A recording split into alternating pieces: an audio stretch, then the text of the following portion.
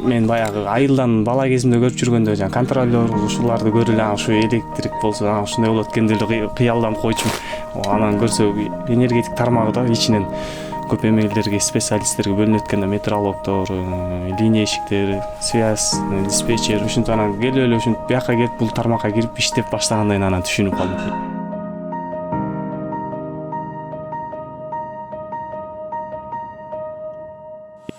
Большинство крупных ГЭС и ТЭЦ в стране были построены еще при Советском Союзе, а изношенность высоковольтных линий электропередач и подстанций составляет 80%.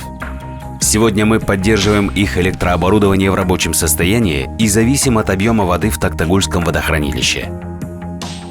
Анан буюрсем акырын-акырындап жазып атат проводдорун реконструкция кылып, баягы себеп дегенде эл көбөйдү, заводдор көбөйдү, ишканалар көбөйдү, потребительдер эметип атат, анан нагрузка келип атат да, эми проводдорун алмаштырып атабыз акырын-акырын. Потребление электроэнергии в Кыргызстане растет с каждым годом, однако производство электроэнергии относительно низкое по сравнению с потреблением. Поэтому рациональное использование электроэнергии является необходимостью сегодняшнего дня. Скажите, вы экономите электричество? Да, экономлю.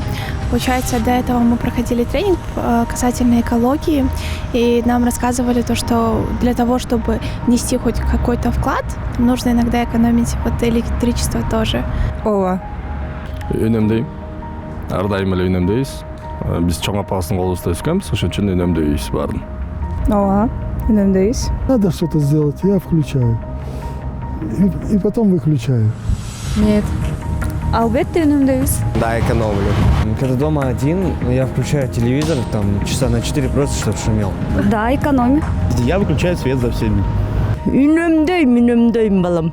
Мен уже кария кишимин, башынан көнгөнмүн, мен хозяйкамын, ошон үчүн мен экономныймын.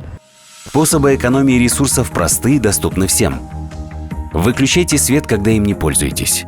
Замените обычные лампы накаливания на энергосберегающие. Они имеют длительный срок службы и потребляют в 10 раз меньше электроэнергии. Не оставляйте электрооборудование в режиме ожидания. Отсоедините их от розетки.